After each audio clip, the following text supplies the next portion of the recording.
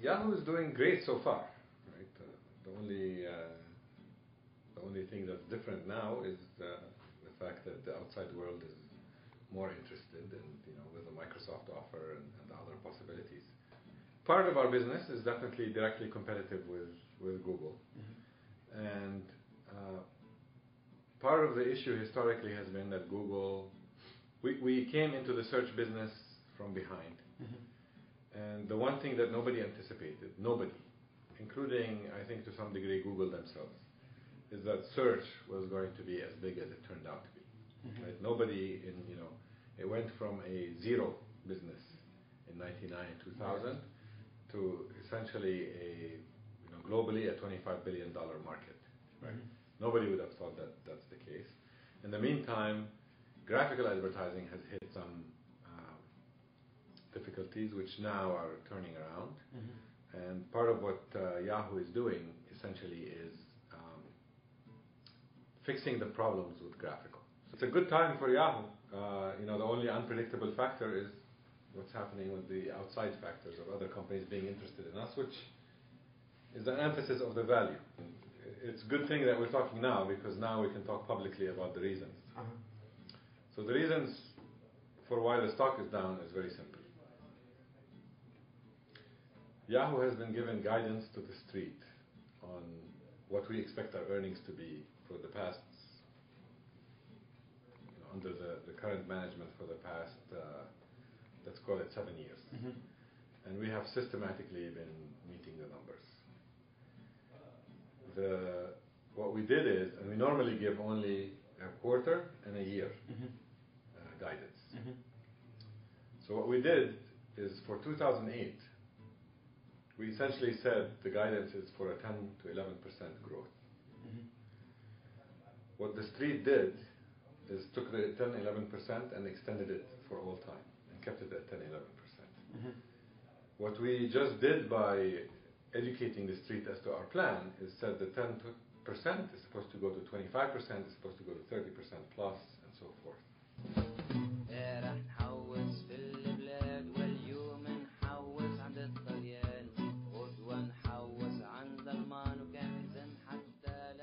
About our locations. So first of all, our locations have been non-traditional.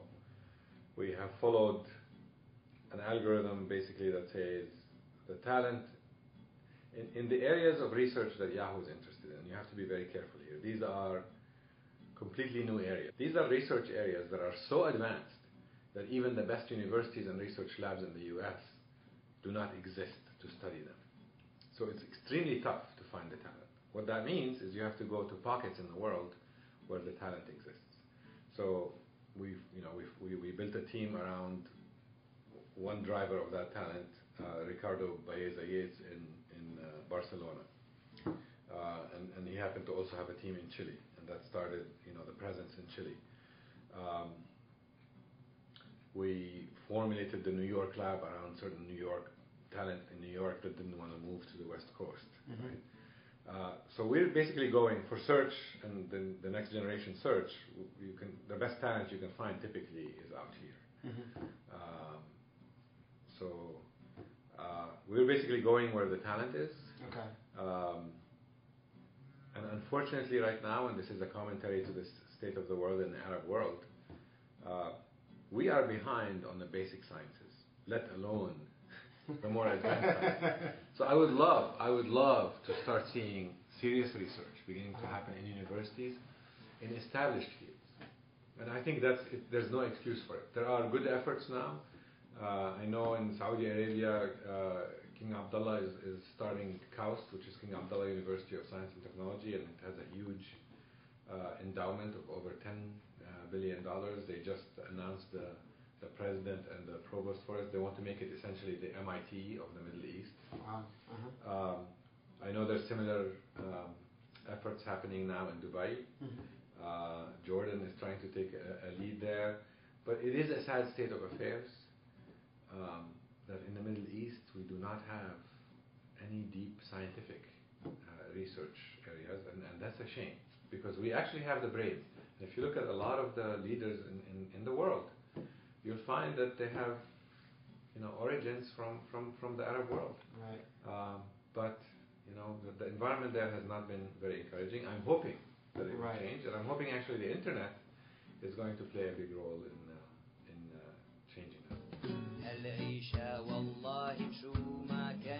We're talking now about scientific development and scientific literature. The good news is that all the topics of censorships in the Middle East and the Arab world don't really cross over to science, fortunately, for the scientists. Now, is that, generally speaking, a healthy phenomenon, and do we like to see that? Absolutely not. The freedom of flow of information and all that is essential. But the good news is, at least on the scientific front, I don't think that hampers the progress. And when I say the internet will change things, is essentially the internet is making a lot of these results, talks, courses, information, resources available to everybody around the world. So everybody can actually get up to speed. Teachers can pick up the material and figure out how to teach it to their students. All of that, and you can easily attend a course at Stanford sitting somewhere in Tunisia. So the good news is that it doesn't impact the scientific side of it. On the political and religious and all that front, I'm not sure it's a productive debate. Right. I hope that over time, people will find their way to a much better, more rational place on that topic. But I think for now, it's a big enabler for science. And I think, frankly, education and science is a great path for the Arab world to follow and contribute to, because they're already contributing to it, unfortunately not in their homeland. And hopefully that will continue.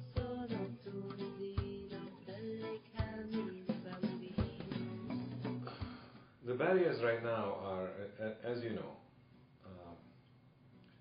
there's two drivers for creating a Yahoo in Arabic, for Arabic-speaking world. And by the way, it's on the radar, right? Mm-hmm. Yahoo was always thinking about it. Microsoft has already done something there. Google has been thinking about it. Actually, Google has done it.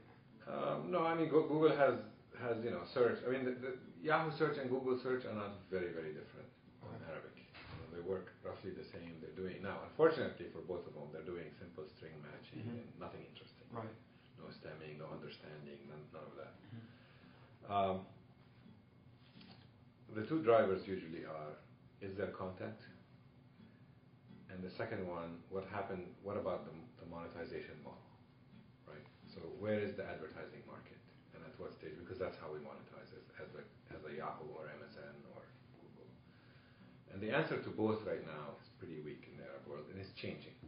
So on the content, it is an amazingly low amount of content in Arabic. What is changing the dynamic is all the social media sites and the fact that user-generated content is becoming a big part of the content.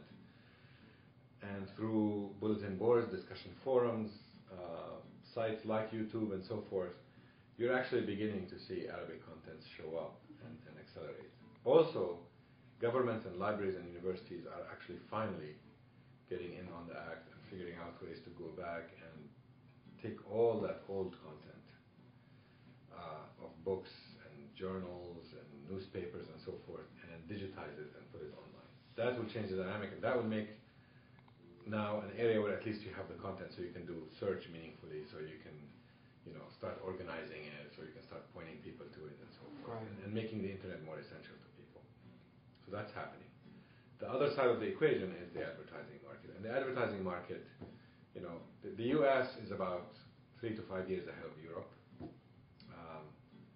I would say the most advanced market in the Arabic-speaking world in advertising is the GCC, the Gulf Council. And those countries, I would characterize them as being about 10 years behind. Advertising markets go through these stages. And they're very well understood stages where, initially people advertise not for business reasons, mostly for ego reasons and for competitive reasons. And over time they start understanding that it's really for business and there's a purpose and there's an ROI and so forth.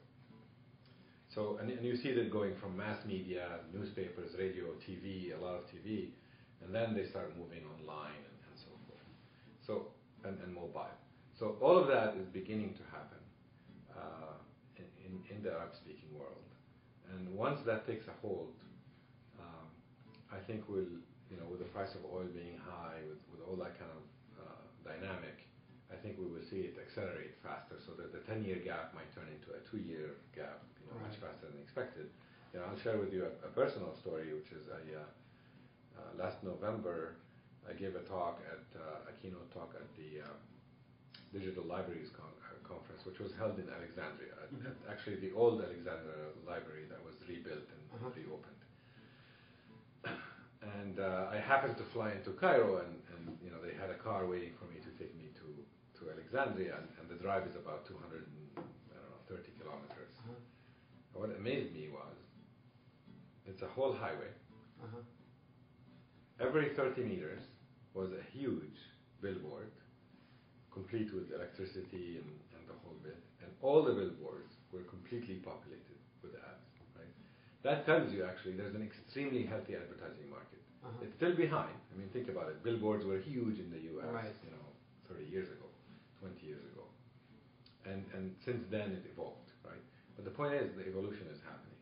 So those two trends together, and the widespread use of mobile, I think will accelerate things, and we'll see things change in the Middle East and in all of the Arab-speaking world soon. Right, but you think the starting point would be Middle East, then it's going to hopefully move to North Africa, or I think from a monetization perspective, it appears to be the case so far from our observations that at least the Gulf countries have a more advanced advertising model. Now, from a content perspective, the mass of the population, obviously, is in North Africa.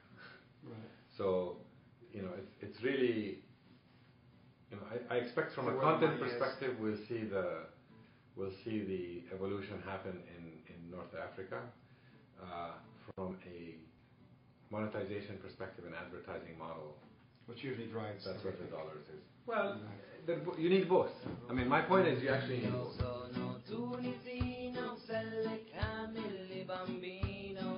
Tunis, I love Tunis. I was born in Carthage. Okay. And my family moved a lot, but we spent a long block of time in Tunis. So I actually learned. I went to primary school in Tunis. I went to several schools there. Trying to remember now which ones. Some were private, some were public. I think the last one was a private one. I went to school there through my 5th grade. Okay. So I learned Arabic and French in Tunis. And then I moved to Jordan, where my family is originally Palestinian, where I also picked up English. But my education, college education and all that has been in the United States. I came to the U.S. in 1980, and essentially I've been here since then. But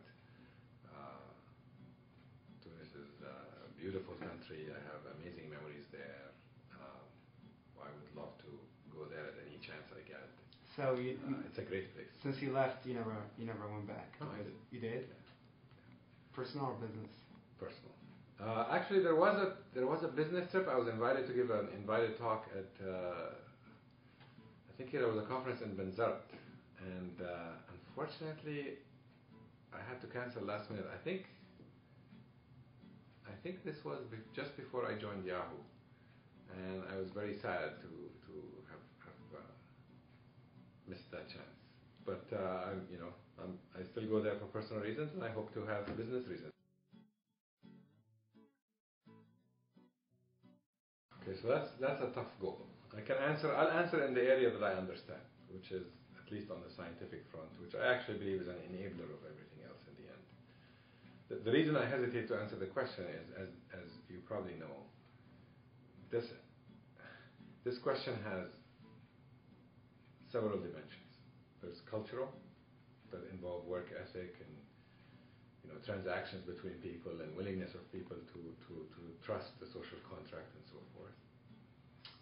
governmental, which has to do with taxation and laws and fairness and guarantees of rights and of companies and property and so forth. There's economic, and there is, in my opinion, the area where I don't see many barriers in our way is the scientific. And my advice would be is to start there. I would actually pick certain areas where I think I can achieve an edge, and I would invest in them. And the trick there is to invest with focus. So if you try to say, well, you know, everybody can do IT, so let me become, you know, a competitor to India or to China in IT outsourcing, you will lose that game. But if you were to say, I, for example, in Tunisia happen to have a set of people who have certain specialties that align with a certain area. Maybe it's in agriculture, maybe it's in a certain area of IT or a certain area of statistics or a certain area. Build that competency further, and I think with the internet and with the opening of the world, in no time you will become a super attractive center for Europe, for the US, for everything, for talent from around the world. You will create reason for the native talent to come back home. You will create a dynamic that completely changes things, right? Now, I haven't seen that take off yet, but what I've seen is the roots for it are in place. The education systems in the Arab world are reasonable. They have good grounding, they have good foundations, which means you're actually generating the raw talent, but we're not managing it correctly after that. So to me, if you take that talent and you channel it in the right scientific areas with a certain focus, that's very promising. The other area, of course, is industry. So manufacturing, again, picking very specific areas, very high specialty. You're distinguished. You're not trying to compete with, you know, generic manufacturing in China. You're trying to compete on certain areas that you understand better, right? So focus, specialize. Highly specialized, highly focused, and emphasize what I think we have, which is brains and education. And if you do that, you can actually achieve a lot. Now, we have examples.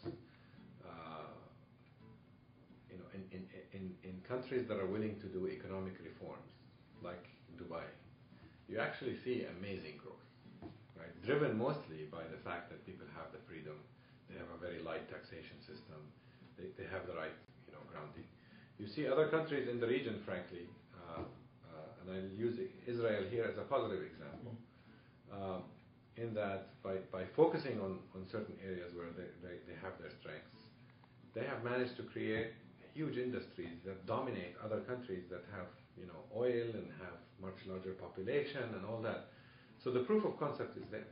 What we have to do is go after it. And I hope Arab leaders start waking up and start realizing that the future is in actually creating these centers of excellence and this differentiation. Otherwise, it's not a good future at all. Yeah.